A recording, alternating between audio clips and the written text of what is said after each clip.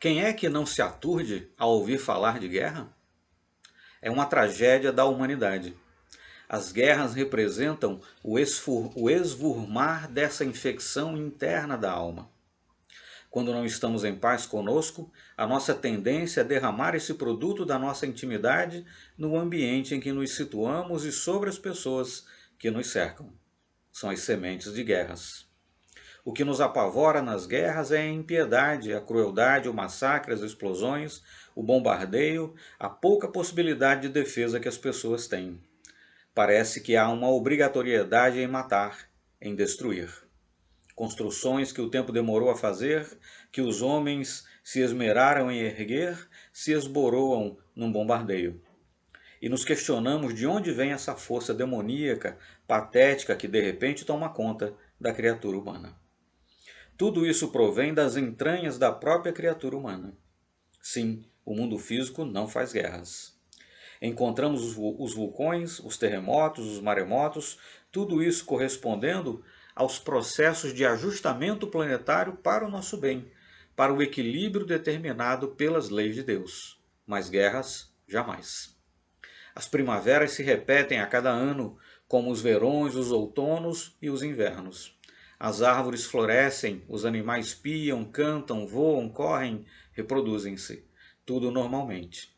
Entre nós, criaturas humanas, parece haver uma sede de sangue para nada, pelo prazer mórbido de dominar, de determinar, de ser nas mãos, de ter nas mãos, de destruir.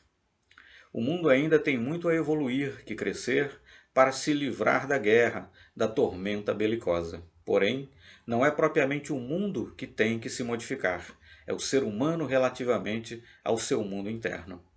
As malquerenças, as violências, as agressões verbais e físicas representam essa explosão da criatura humana, o temperamento rebelde, o grito de cólera.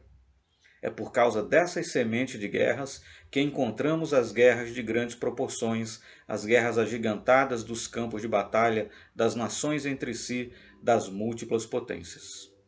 Tudo isso que vemos em tamanho grande tem começo no nosso campo de batalha interno. Imaginemos o que significa estarmos de mal com alguém. Maquinamos a melhor maneira de agredi-lo, de atacá-lo, de feri-lo. Não nos importamos se caluniamos, se mentimos. O nosso objetivo, naquele momento infeliz, é o de destruir a criatura. Nesses termos, qual é a diferença entre um exército que lança bombas sobre outro, que atira rajadas de metralhadora nos outros, e nossa postura? A diferença é que há um momento em que os torpedos partem de nós fisicamente e há outros momentos em que os torpedos enviados são psíquicos. Vale a pena pensarmos na destruição facultada pelas guerras e em nossa condição diante disso tudo. Certa feita, escreveu Sigmund Freud, o pai da psicanálise, que todos somos dotados de uma dualidade de impulsos internos, que ele chamou de pulsões. Carregamos um instinto de vida e um instinto de morte. Freud chamou ao instinto de vida de Eros, instinto de Eros, força de Eros ou impulso de Eros. Eros significa tudo o que é em favor da vida, que conspira em prol da vida, da alegria, da saúde, do trabalho, da ética, do bom tom, da amizade. E o impulso de morte foi denominado de impulso de Thanatos. Thanatos, morte, no idioma grego. Esse impulso não é propriamente da morte biológica, é da morte moral, essa morte idealística, que representa tudo que é negativo para a vida. Tudo que conspira contra a vida faz parte desse instinto ou impulso de morte ou de Thanatos. Desse modo, quando optamos pela vida, pela saúde, pelo equilíbrio, pela paz, estamos trabalhando dentro do impulso de Eros. Tudo quanto faz bem à vida, tudo quanto se dirige à vida, tudo que a enaltece, que a sublima, faz parte de Eros.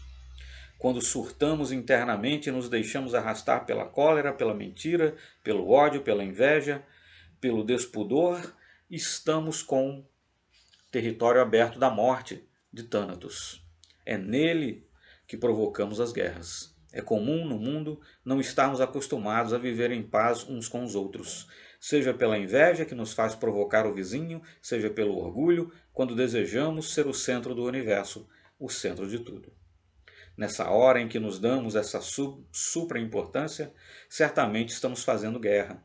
Guerra mental, esse combate que travamos mente a mente. Odiamos as pessoas sorrindo para elas, fazemos de conta que somos amigos de criaturas que detestamos, no emprego, na rua, na família. São as nossas guerras internas que, antes de explodirem do lado de fora e provocar as tragédias, implodem a nossa realidade íntima, estouram dentro de nós. Adoecemos fisicamente porque nos encontramos enfermos espiritualmente. É por isso que as guerras são formadas pelos componentes que lhes fornecemos. Não somente os governantes, os líderes de Estado contribuem para elas, mas cada cidadão, cada pessoa, cada indivíduo que não vive a sua vigilância ética, moral, espiritual. Cada um de nós que nos damos o direito de avançar sobre o direito dos outros, sobre a vida alheia. Somos, de certa maneira, pomicultores da guerra, embora sequer cogitemos a respeito. Imaginamo-nos vítimas das guerras e dos guerreiros, dos beligerantes, dos violentos, e não nos damos conta de que nos associamos a eles, de que alimentamos essas fontes de violência com o nosso impulso de Thanatos, nosso impulso de morte. Isso nos diz que neste momento ciclópico do mundo, nesta hora densa da humanidade, temos necessidade de rever nossos papéis na sociedade. O que temos oferecido ao mundo para que ele seja melhor, mais digno, mais rutilante? O que temos oferecido à vida para que seja mais digna de ser vivida, para que tenha mais sabor, mais fulgor? O que temos feito pela família em que nos encontramos, aquela que formamos, que construímos? As guerras são o corolário das nossas próprias realizações.